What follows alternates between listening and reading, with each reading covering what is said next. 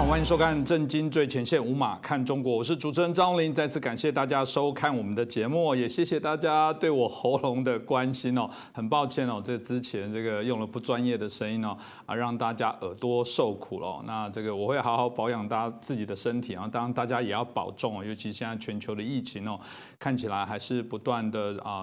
蔓延哦，没有我们想象中疫苗出来之后，所有的这些内容就减缓。那真的希望所有地球的人民哦，大家都保重身体哦。当然，只有这个健康的身体，才有可能做更多的事情哦。之前有听过一句话，我觉得有时候是生病的人感触最深。他说，健康的人可以有1000个愿望哦，但生病的人只有一个愿望，就是要健康。所以大家要保重哦。那当然作为关注中国民主化推动的一个节目，我们当然更希望所有在推动这些中共民主化推动这些相关，我们认为这个民主自由更重要价值的普世价值的民众哦，我们都希望大家长命百岁哦。那当然谈到最近哦，这个中共哦，在这个4月23是他们这个海军哦周年哦，就72周年，当然引起许多的一些关注，尤其最近我们看到这个海权的对抗，过去在节目当中也提了非常多。那习近平特别也这个代表不管是他3个身份哦到场哦，去为这3艘舰艇哦来做命名哦，当然引起大家许多的一些关注哦。这种是不是不只是对台海这边来展示这个武力哦，展示它的肌肉，是不是也对于西方国家，特别是美国为首的国家来进行这些所谓的示威哦让你觉得不要小看我中共的一些军力？我想这个部分值得我们好好来关注一下。那我们今天很开心邀请到中国经济学家，也是旅美学者陈小龙博士。陈老师你好。你好，主持人好，观众朋友们大家好。请教老师哦，因为刚刚一开始提到这个习近平特别为3艘舰艇哦来做命名哦，大家就说这3艘这个舰艇哦，是不是就代表了整个对于台海的威胁的加剧哦？那当然特别也是对于欧美的国家，特别是现在开始有对抗中国的这样的意图的国家来展示它的军力，因为毕竟过去这个美法包含英国等等这个相继的这个舰队都通过台海，这是不是也是另外一种在示威，然后不示弱？看起来就是中共根本没有想要针对这个欧美的威胁来放低自己的姿态。那这部分我是不是可以请教一下陈老师呢？谢谢主持人。我看这个中共这次3艘新下水的这个军舰，也许台湾的观众朋友们不一定能很清楚知道说他们都是做什么用的。它第1艘呢是一艘战略核潜艇，就是发射战略核导弹的，它叫长征18号。那么它是要继续在增强它的核潜艇舰队。那么这艘战略核潜艇呢是个改进型，就是它又扩大了，它的长度比以前同型号的核潜艇多了10几米。那么它可以发射了一种更大的洲际导弹，中共叫做巨浪3号。这种洲际导弹射程可以达到16000公里，也就是说它可以从南海或者台海直接打到美国任何地方。那么这艘军舰有一个舰徽，就是一个徽号，舰徽是一幅图示，显示的是一艘核潜艇是从欧洲的西海岸越过欧亚大陆和太平洋，把导弹发射到美国去。所以这艘核潜艇呢，当然它不是来对付台湾的，但它是对付美国的。那么第2艘中共的舰艇叫做大连号，是一艘10000吨级的驱逐舰，它目前是已经确定要编到他们的南海舰队这个所属的那个山东号航母编队。这是中共的第2个航母编队，台湾观众朋友们可能已经知道了辽宁号，那么现在又冒出来一个山东号。那么航母编队主要是在海上作战目标呢也是美国的航母编队，所以听起来好像跟台湾关系不大，但是第3艘是最值得台湾关注的，叫海南号，因为它的功能是用直升飞机把登岛部队送到滩头阵地，所以它对台湾的威胁比航母还要大。那么这个海南号它叫做2栖攻击舰，它是中共设计的第1艘大型的两栖作战舰，吨位是4万吨，相当于一艘中型的航空母舰。那么它军舰的形状呢，也是像这个前后直通那种甲板，和航空母舰外形很像。不过它主要是搭载武装直升机，那么这个攻击舰上边有机库，可以搭载大概30架左右的各种型号的直升机，可以同时起降多架。另外，它舰舱里面还有一些船坞，可以装载2栖车辆、登陆艇，还有这个气垫登陆艇的母船，也可以运送士兵，还有步兵的战车、坦克等等，开展登陆作战。那么这种2栖攻击舰和中共还有一种叫做2栖船坞登陆舰，如果搭配在一起，就组成了所谓的2栖打击群，形成它的2栖攻击能力，就是从海上直接可以把兵力送到岸上。那么在岛屿作战和2栖兵力的投送方面，它是具有蛮大威胁的。那么中共以前呢没有这种攻击舰，所以它的兵力是只能通过占领飞机场，用运输机来输送，或者是投放空降兵。那么这种作战方式不容易成功的。那么所以中共事实上是一直缺乏岛屿作战的能力。但是这艘新的2栖攻击舰编入舰队之后今后中共还有新的2栖攻击舰下水，所以它这样的话，它的登陆攻击的能力是增强了。那么为了说明一下这个2栖攻击舰它的作战功能我在这里把它和美军的类似的同类舰队做个对比美国海军一共是有2个2栖攻击群舰队，一个是常驻日本的冲绳，旗舰是美利坚号中型航母，是用来预防东海地区的突发事件，主要也就是保护台湾的。另外一个以前是经常停留在波斯湾外海，是为了预防伊朗制造的突发事件，旗舰叫做马金岛号中型航母。那美军的所谓2栖攻击群舰队呢，核心呢是一艘2栖攻击舰，这是美国对这种军舰的称呼，其实它就是一艘中型航母，外形和大型航母非常像，那么可以携带多架直升机，而且可以起降 F-35战斗轰炸机。那么它主要任务是把美国海军陆战队的突击部队送到冲突发生的地区去作战。那美国海军已经宣布，这个马金岛号原来在中东的2栖攻击群已经从中东调离，现在划归美军印太司令部指挥。这意味着今后美国海军和海军陆战队的全部2栖攻击群舰队现在都部署在中国周边。那么这种军事部署对中共在南海和东海的军事威胁是一种非常明确和直接的实力警告。那么4月下旬，马金岛号2栖攻击群已经到南海水域和罗斯福号航母编队共同演习，这也是针对中共强占南海国际水域，要造岛建海军基地的行动。那么现在常驻在冲绳的这个美利坚号2栖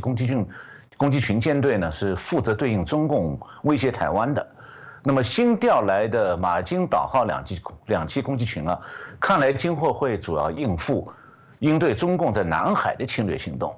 所以如果说是罗斯福号航母编队主要是从空中和海上对中共在印太地区的活动展示威慑力，那马金岛号2栖攻击群所威慑的显然就是在南海国际水域造岛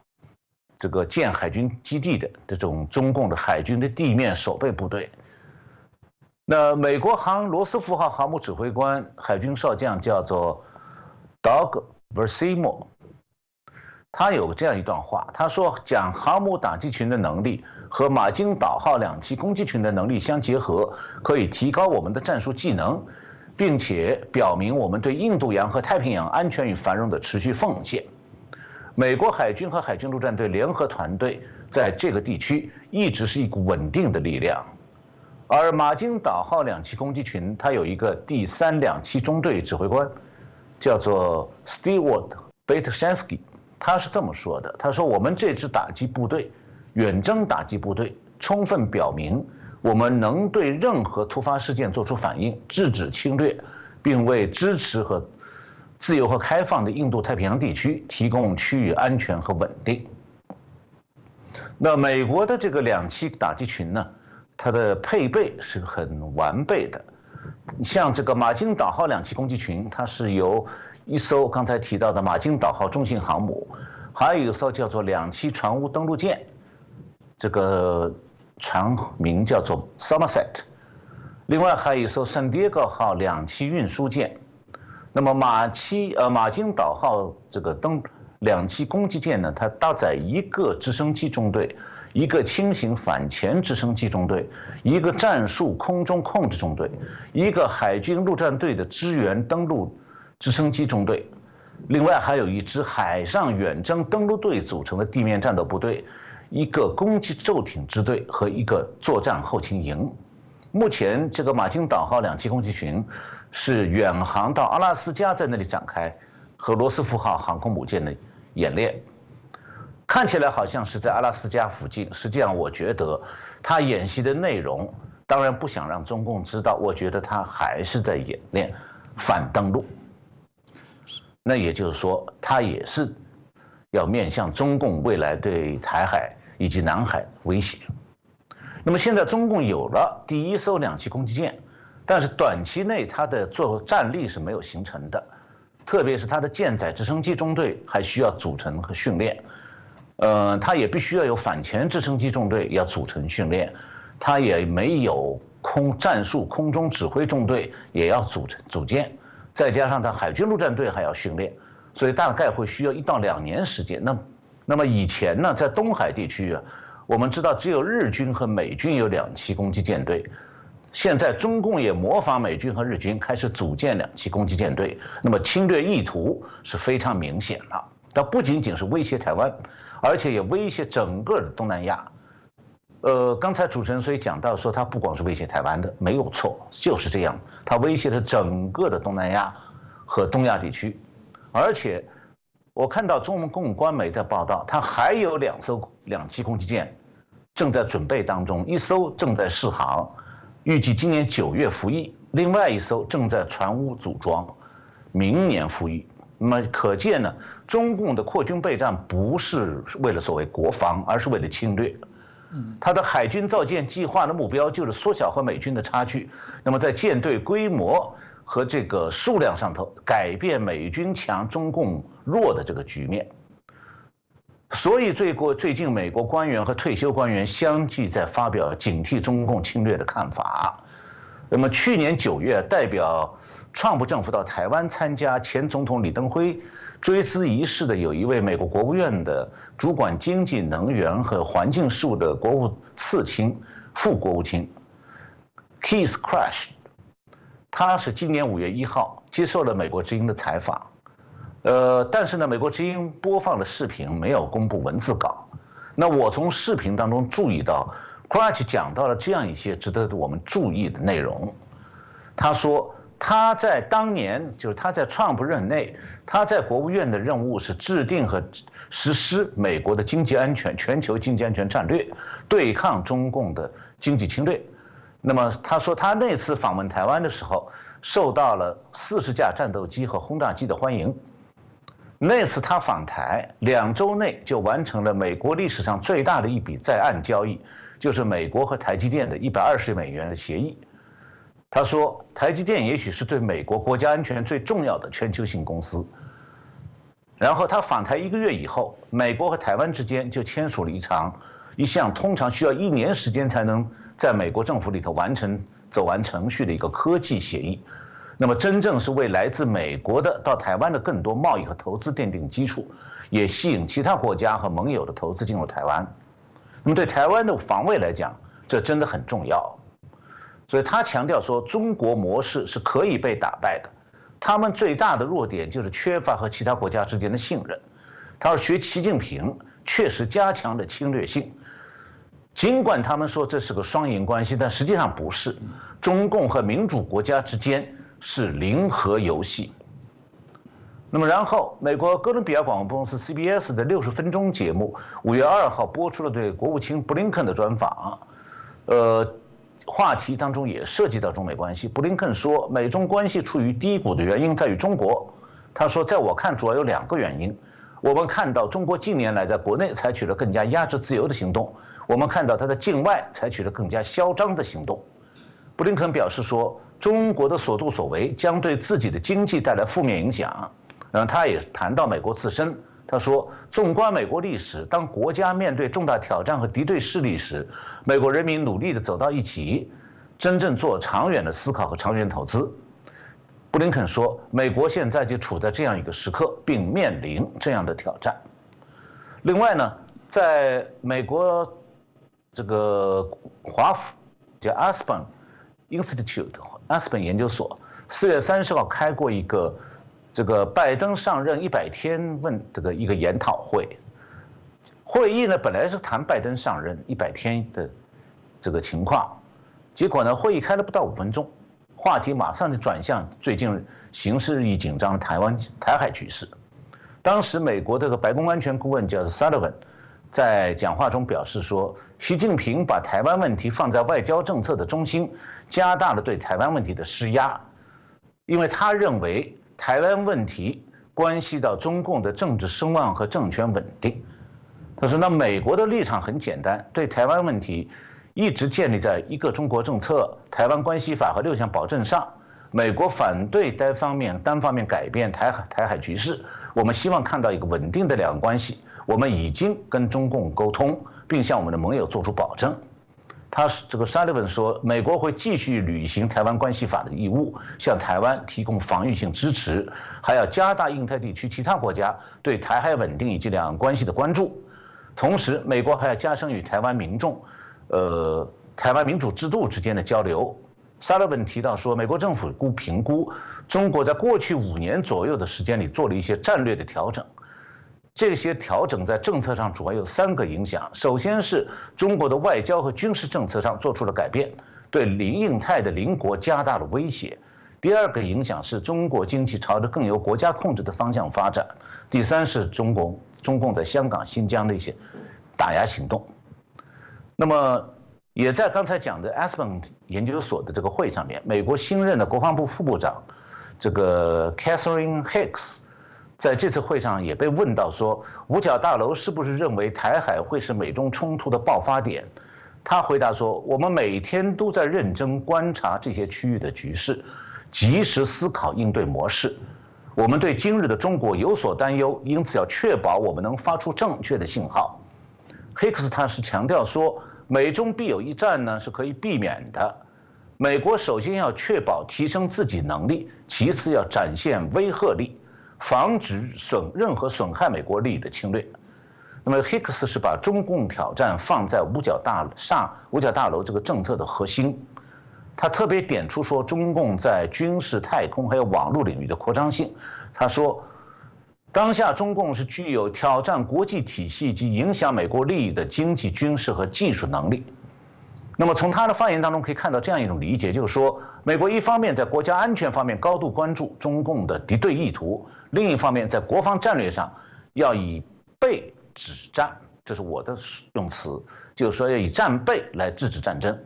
这就是美国军方目前的立场，这个立场也可以为台湾参考。是刚其实听到老师说的部分哦，特别是一开始提到的这个2栖舰队的部分哦，因为如果大家对军事有一点了解，你说这个空军啊、飞弹啊、海军去轰炸，大概我们刚刚讲都是前期的时候去针对重要的设施，可能去做一些制止哦。当然空优很重要，可最终如果你要接收，你就必得要登陆，所以这意图当然非常的明显哦。只是说除了威胁台湾之外，刚刚老师也提到说，他也对于这个西方巡弋的相关的国家威胁，大家就会觉得说，那这个感觉在战术战略上，除了他要登陆台湾或者把台湾当做一个重要接收，难道他有其他可能的一些意图？就是说，他对于这些国家到底他骨子里面要做什么警告？因为这跟我们原来预期，中共在某些时候应该很聪明啊，这时候适度的要怀柔，然后要这个示好啊。显然老师他们现在看起来都没有要对西方来低头来。也许对于中国境内许多民族主义的人会叫好说，习近平你果然是历任这个元首里面最带种的，但这个到底能透露什么这样的意涵？老师您怎么看呢？我刚才提到那个海南号2栖攻击舰，它现在是编入南海舰队的。中共南海舰队当然它是可以这个把它的军舰随时用到台湾方向的，那么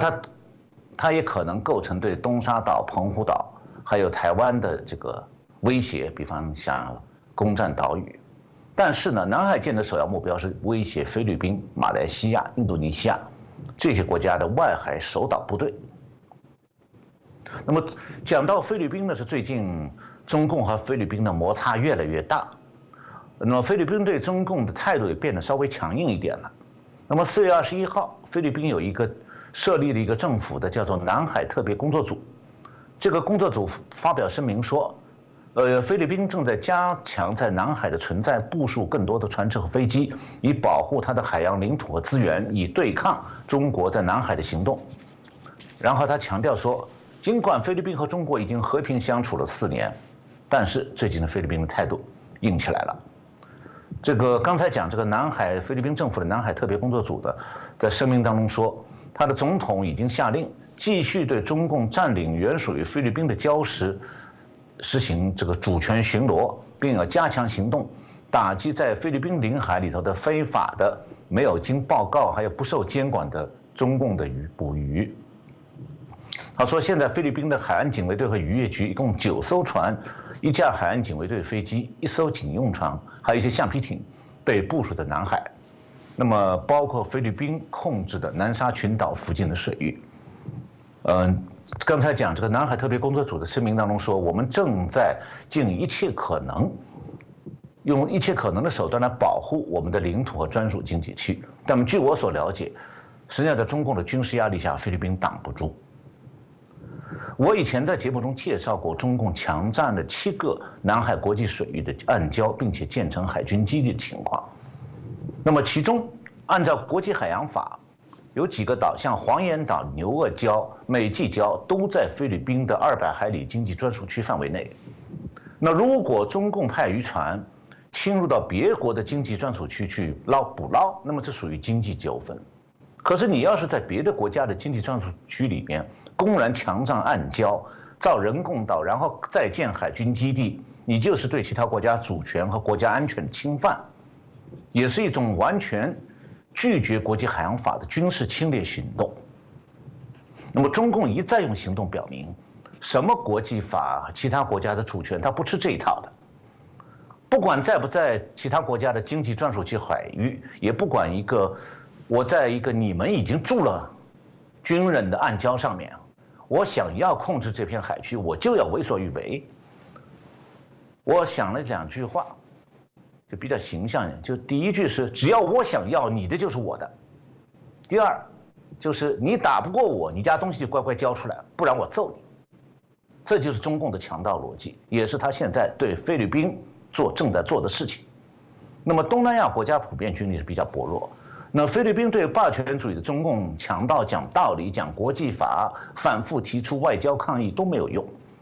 中共现在在南海肆无忌惮地推行它的军事侵略计划，霸权行径呢和大日本帝国当年做法非常相似。我以前在节目里讲过，中共建立政权之前就出兵到北朝鲜，参与侵略南韩的战争。那么1990年、60年代又组织参与了越共侵略南越的战争。1979年还发动过侵略北越的战争，所以对他来讲，对中共来讲，侵略是中共的传统。只要他的国际野心发作，只要他觉得风险不是足够大，他对周边国家的侵略活动就经常会发生。那么中共对菲律宾呢，欺负的时间很久了。中共早在10年前就侵占了菲律宾所属的一个叫黄岩岛。这个岛在马尼拉西边约100公里，是个圆形的环礁。那么，按照1900年美国的国家大地测量局绘制的菲律宾地图，就包含这个岛的。那么，1950年代驻菲律宾的美军是把这个岛开辟为靶场。1980年的时候，这个岛还在美军控制之下。那么，菲律宾政府已经反复通过法令宣布黄岩岛属于这个国家。但是，从1990年开始，中共开始不断地派船到黄岩岛去，试图占领和控制。那么以后10年里头，菲律宾海军一直控制的那个岛，常常和中共派去的船只发生冲突。那么2012年，菲律宾和中共在黄岩岛再度发生冲突。那么菲律宾民众抗议中国入侵，那么菲律宾国防部长号召民众要备战，应对中共的侵略。但是，2012年4月19号，中共的网站上发表一篇文章，标题叫做这个解放军3大基地频繁异动，核潜艇已奔赴南海。文章中有一句话说，只有给他们点颜色看看。话的意思是说，我要欺负你，你就只有让我欺负。那么双方菲律宾和中共2012年在黄岩岛对峙了一段时间之后，最后是中共强行占领这个岛。不过中共没有在黄岩岛上进一步扩大，在把礁石再扩建成岛屿，造人造岛。可能呢是中共把这个环礁看作是它要计划控制的更大的这个南海国际水域里头的一个后方。我刚才讲啊，它是在菲律宾首都马尼拉西边100多公里啊，在中共眼里已经算是后方了。他根本懒得去造岛，他要再往前冲，要把整个南海一直到印度尼西亚都想造下来。那么接下来就中共这个最近在南海的这个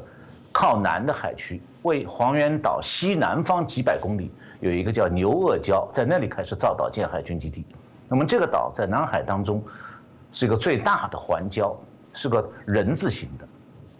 那么它是在菲律宾的巴拉望岛的西面，马尼拉的西南方，距离文莱已经很近了。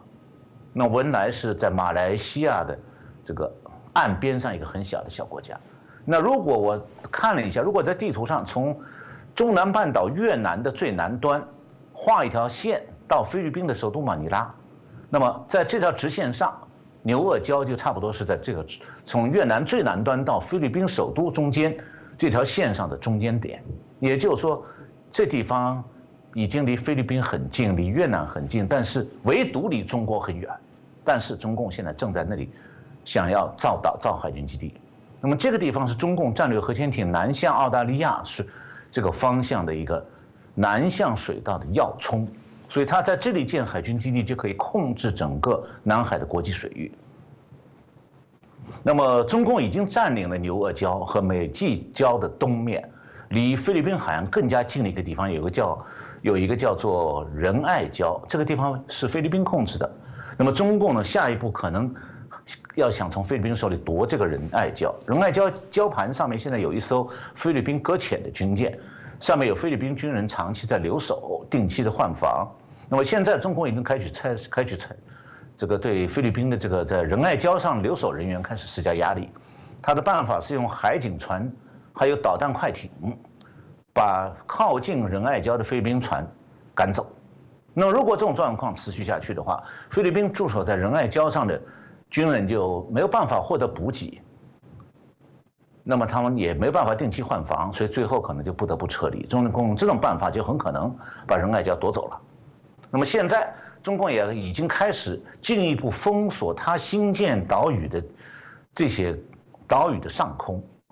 3月29号，菲律宾有军用飞机飞过中共造岛，造出来一个叫赤瓜岛，结果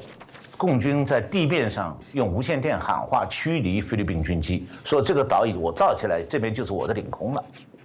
那么从这些举动你看得出来，中共强占公海上的暗礁造岛以后啊，公然把它看作是领土，它不许附近国家的舰船和军用飞机靠近。所以中共的南海做法基本上是用霸权行径硬夺暗礁，再封锁它控制的周围海域。那么很快中共就会把菲律宾还有马来西亚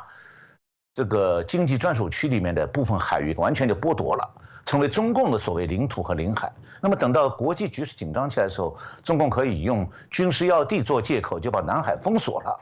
这样的话，它就可以实现它这个巩固和战略核潜艇深海堡垒这样一个目标。现在这个构想它正在一步一步的实施。那么等到牛轭礁造岛完成以后，中共可能进一步向南选择靠近菲律宾和马来西亚、印度尼西亚海岸的暗礁继续造岛，要把它的深海堡垒扩建到东南亚国家的大门口。那么现在4月6号，美国罗斯福号航母编队和马来西亚的空军已经在南海联合演习，说明啊，马来西亚已经看到了这种即将到来中国侵略行动的威胁。但是呢，中共今后使用它这个2栖攻击舰编队啊，会让东南亚国家很难对付。听了老师谈了，大概就可以清楚知道说，这显然哦，这个包含中共的这些整军哦，还不只是针对台湾，其实在我们看到邻近的国家都受到危害哦。那当然接着的部分哦，这个最近哦，美国的《经济学人》的杂志哦，他们大概有出了一篇的报道，它里面的题目是地球上最危险的地方哦，这让台湾突然要上了国际的台面，是台湾成为目前地球上最危险的地方哦。纵观过去美国对于这个所谓的中国台湾之间的角色，他一方面承认一个中共承认中国一个中国的一个代表，另外一方面他又确保台湾不被这个中共所直接的这个侵害哦。那这个过去的战略模糊，显然走到现在哦，已经开始变得这个好像不这么样的容易哦，特别是中共的这个野心的崛起哦，加上它经济军事的一个力量的一个提升哦。那比较特别是这个经济学人就有建议说，你导师提醒美国，他要学习这个邓小平，这倒有点有趣哦。这个为什么会最后这个他们会建议这个美国必须要学习邓小平呢？我是不同意经济学人这个说法，我觉得非常愚蠢。经济学人这篇文章我查了一下，没查到他作者是谁。我觉得那个人不太聪明。就他提出这个主意，说让美国政要去向邓小平取经。邓小平死掉多少年了？那他那个时代的两岸关系和美中关系，现在早已经发生天翻地覆变化了。所以现在如果邓小平活过来，他讲的话应该和习近平差不多的。那么是不是美国现在应该去请教习近平，怎么样让中共满意呀？那好比建议，这样建议就等于相当于建议说，这个第二次世界大战的时候，罗斯福去请教希特勒和东条英机，说要怎么样你们才能不发动侵略啊？不过呀，我同意《经济学人》这篇文章当中有一句话，他说，如果想要确保攻击台湾对中国而言会是一场豪赌，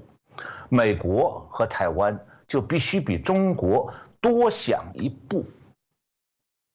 那问题是什么叫做多想一步？怎么样才算是多想一步？那么现在中共已经再次挑起台海危机了。那么这场危机当中呢，和以前相同的是说，还是三个角色：中共、台湾、美国。但是如何看待此时此刻中共挑起的新的台海危机？那么对这三个角色，中共、美国和台湾，现在可以有两种完全不同的角度或者说眼光。简单来讲就是说，一种是台湾角度，一种是全球角度。那么这两种角度也可以被看作是短期眼光和长期眼光。我觉得我现在先来从台湾角度来谈这个如何看这个新的台海危机啊。如果按照单纯的台湾角度，不考虑周围台湾以外的所有局势的变化，那么从传统的台湾角度看，中共就是说中共要统一，那美国不愿意看到这个结果，就会加以干预。那么如果是从台湾的角度看，台湾的角色呢，就是自己还是有一定的主动权的。所以台湾也有一种声音认为说，如果和中共好好的沟通中共不一定就非要武统台湾嘛，所以可以化干戈为玉帛。那么从台湾角度来看，美国呢就会认为说，美国是看到台湾很重要，要利用台湾了，所以台湾可以从中获得比较好的有利的位势。那我觉得这种传统的台湾角度有点短视，而且有点过时。什么叫跟这个经济学人说要比中共多想一步？怎么多想？就是我觉得是要改从全球角度来看这次台海危机，那么看法就完全不同了。那么同时，台湾一些人过去习惯性的一些面对两岸关系的一些旧的思维也完全过时了。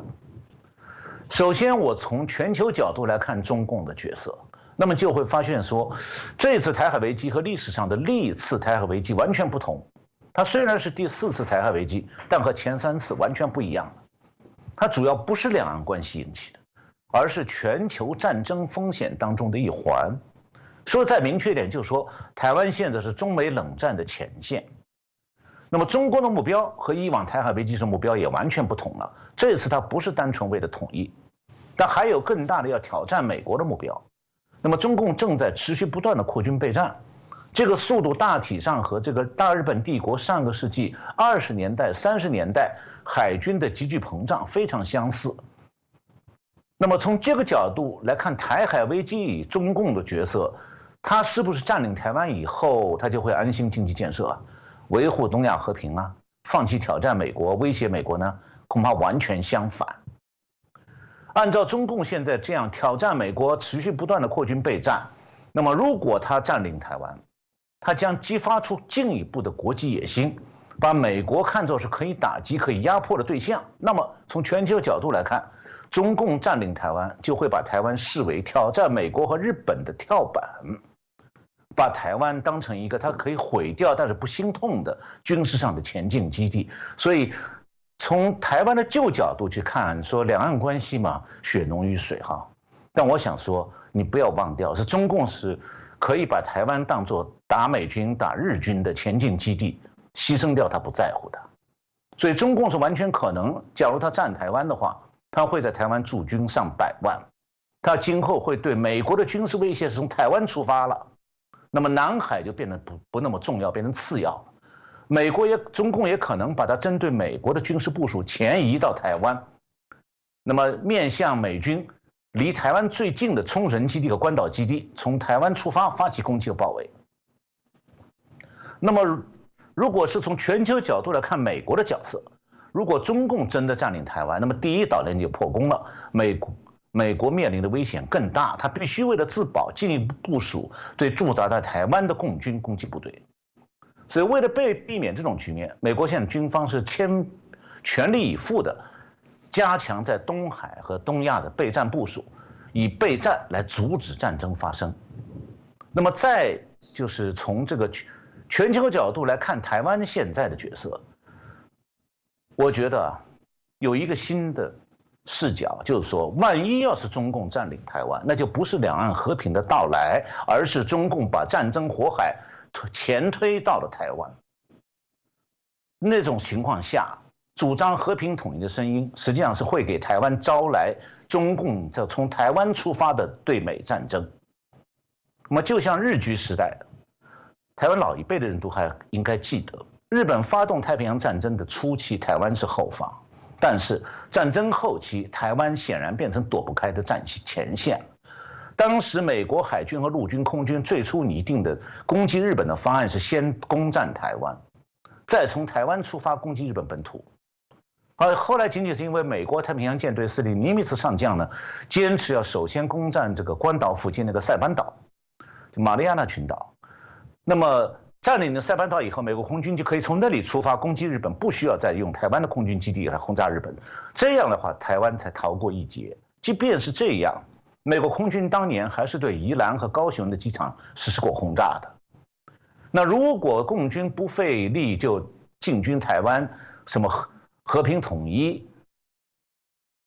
然后再重复大日本皇军的战略，那么台湾就逃不过世界大战的劫难了。所以这次台海危机的前景是说，如果台湾和美国、日本采取相同的步调，以备战而止战，则和平存，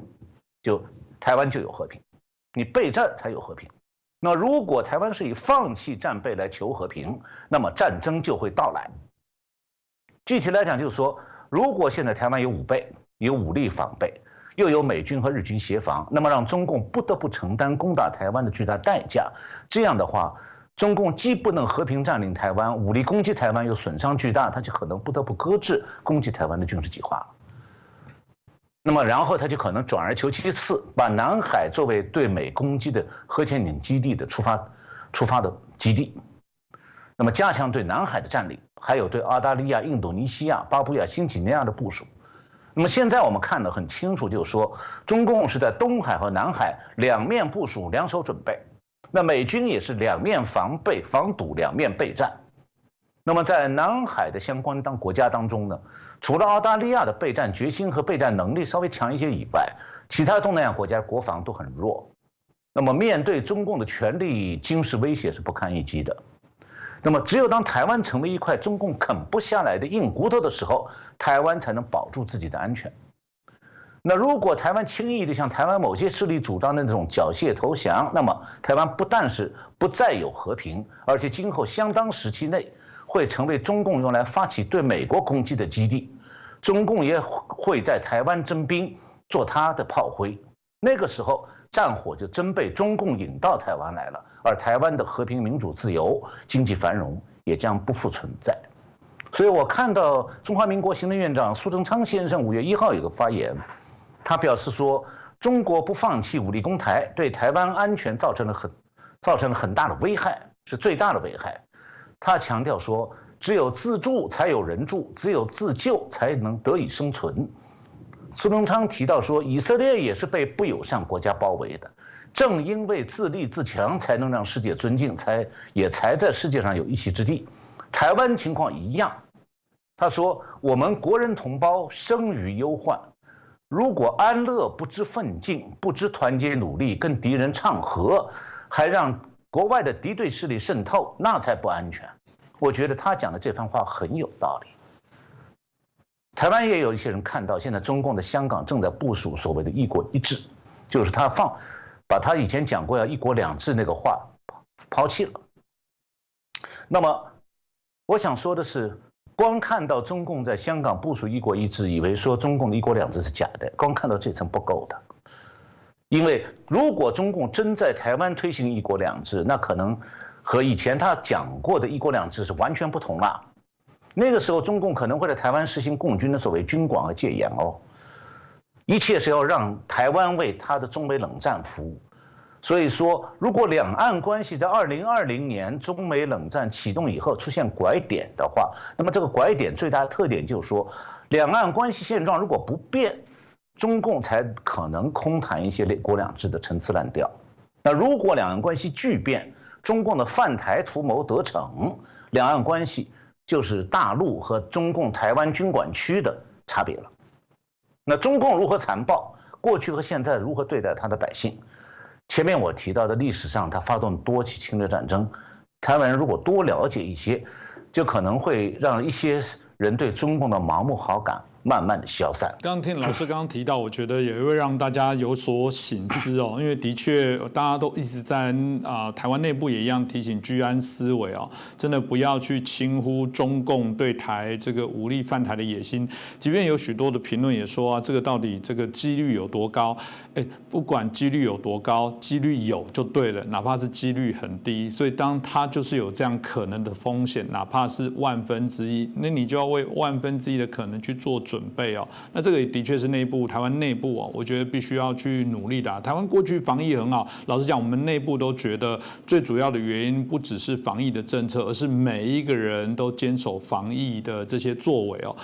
可能身边真的有一些病毒，但因为每个人做好最好的防疫，所以让病毒可能到你就绝缘了。这就是一个非常重要的事情。我觉得如果对中共的这些武力、中国的野心哦，大家同等有这样的感受，当然最好。可是偏偏还不是台湾内部还是有许多矛盾的一些问题。当然我们尊重价值的多元哦。最近我们大概就有一个案例因为我们大家知道中共之前推动了一些海警法那后来台美的部分也建立了我们看到台美海巡合作了解的备忘录有人说这大概是针对这个过往这个中共所订定的这个海警法的部分来做一些相度的对应但国内就有一些人一直说你不要每次都压边都压美国，这非常的危险包含这个赵少康也在多次在他的节目里面的评论里面也提到了说，这台湾不聪明这民进党政府你只压单边，你要两边都压，你要等距其实这个我们也可以适度的跟中共保有一些合作，打击海上犯罪，甚至连这个争议的钓鱼台，我们都应该一起合作来对抗日本。那觉得这样子才能确保台湾的安全，也就是大家还是觉得这个只要跟中共示好，适度的妥协，可以换得这个它的安全其实我们过去有元首也大概是这样子号称就是觉得说我其实是用心良苦，让这个中共对台湾这个承诺，然后没有我们也许也牺牲了一些事情，但让中共承诺不以武力来做犯台。老师你怎么看待这样的一些状况呢？我今天不想讲我怎么看待我想看到中共有一个外宣官媒叫多维新闻4月29号发了一篇文章那么他讲的是文章标题就是中共这个外宣媒体编辑编的拟定的，叫做赵少康深谈两岸论述与李登辉差异急剧缩小。我呢就不用我的看法，我就说来向各位报告一下，中共怎么看待赵少康这番这个良苦用心哈。那么按道理讲，他是中共应该喜欢吧？那么实际上看来啊，这个未必哦。那么我就是接下来引用中共这篇文章，这个看他赵少康的话在多大程度上为中共所认同。那这篇文章这样讲说，4月28号下午，中广董事长赵少康受邀到国民党中常会，以和平奋斗救台湾发表专题演讲，再度吸引舆论注目。细看赵少康近40分钟的演说，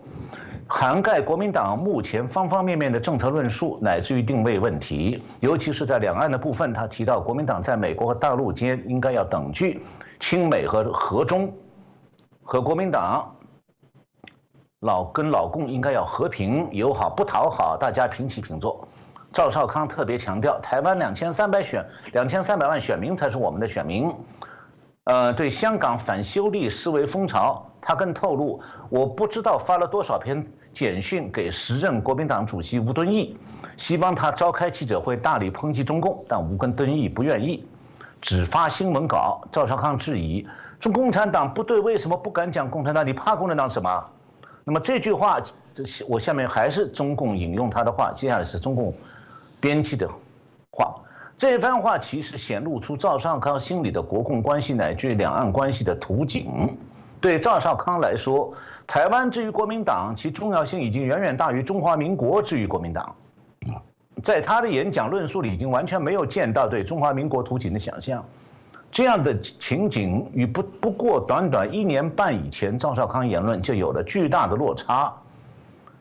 这篇文章讲，2019年10月，赵少康曾投书媒体，大谈中华民国的历史使命。他提到，我们早已失去自信，失去自认我们制度的优越性，失去自己的话语权，把一切都交由北京定义。我们早已忘记楚虽三户，亡秦必楚的豪情，也早就放弃跃马中原，着陆天下的壮志。我们不敢把民主开放向大陆推广，不敢把自由多元向大陆宣扬，我们只敢关起门来自己斗自己。赵少康当时认为，我们的人口就算不如人家多，我们资源就算不如人家丰富，如果我们坚持我们的正义与价值，我们大陆还是有号召影响力。最怕的是我们放弃了自己历史使命，一心跟着老马做美前卒，则我们就是历史罪人，会受到后人唾弃。然后中共的文章讲，这样一种胸怀全中国、大谈历史使命的气度，在赵少康此次演说中竟难觅得只字片语。众所皆知，赵少康常年以反台独立场著称，尤其是反对李登辉担任国民党主席时所推动的路线变革，因而在1993年另起炉灶成立新党。新党就是一个标榜国家统一的政党。那么赵少康抛出缉毒时间表，曾经给李登辉带来不少压力。那李登辉还被迫出面澄清，说李登辉在搞台独这种谣言是有政治阴谋。那么赵少康虽然大力批判李登辉的台独路线，但他这次在国民党中常会的演说却并没跟李登辉的台湾主体性思维有巨大差异。这篇文章讲，矛盾的是，此番赵少康所提关于国民党的政治路线愿景背后逻辑充满着李登辉政治改革遗产的影子。除了他只字未提统一目标之外，他也完全没触及对中国大陆民心的展望与拉拢，而仅只语强调台湾2300万选民才是我们选民。这恰恰与李登辉创建新中原如出一辙，也切合李登辉关于台湾主体性的命题。绕了近30年，赵少康最终还是回到他常年痛恨的李登辉论述脉络中，这难道不悲哀吗？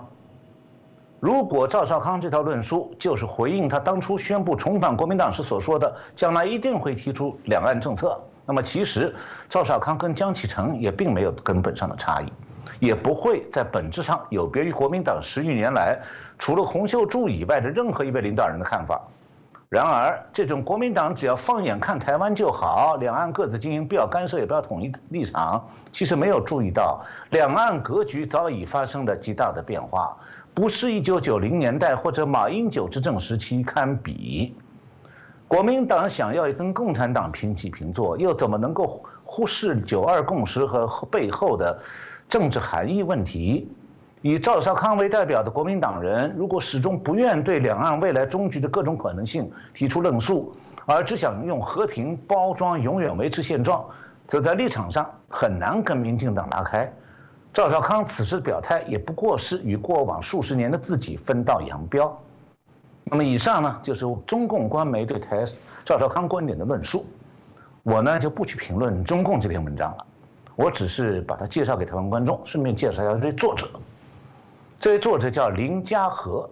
是，我想这个部分哦，那听过老师的这样的介绍，大概可以针对这个议题有更为清楚了。那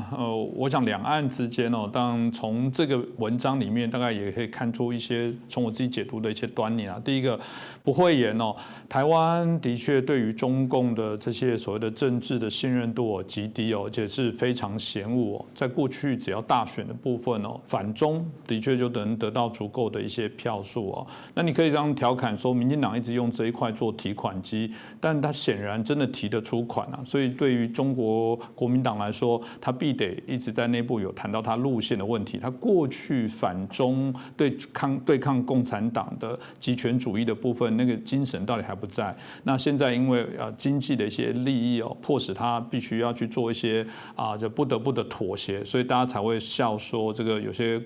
这个国民党甚至是买办的这样的一些角色哦。所以赵少康不管他内心是真的或假的，毕竟因为他后来宣布他想要参选国民党主席，还包含他想要选台湾的总统哦，他必得哦，如果他要获选哦，我们刚谈的不是说理念的呼吁，他想获选哦，谁能拿到被中共骂的门票，我觉得谁就得到是可以被提名的保证。洪秀柱又被点名亲共，可以讲他的政治生涯至少在台湾来讲就是停止了，这是一个还蛮在台湾岛内哦，我们大家会看到的一个现象，但大家也可以提到。台湾的确对于中共哦，在整个这个威权的更粗暴的这些手段之下，我觉得的确是不容易哦，让台湾的民众对中共有一些信任哦、信服哦。这个我想也不止台湾啊，慢慢的全世界也是过去陈老师提到很多，大家都发现有这样的一个现象。那我想这个议题哦，我们会持续在做一些关注哦。那今天也特别谢谢我们陈小龙博士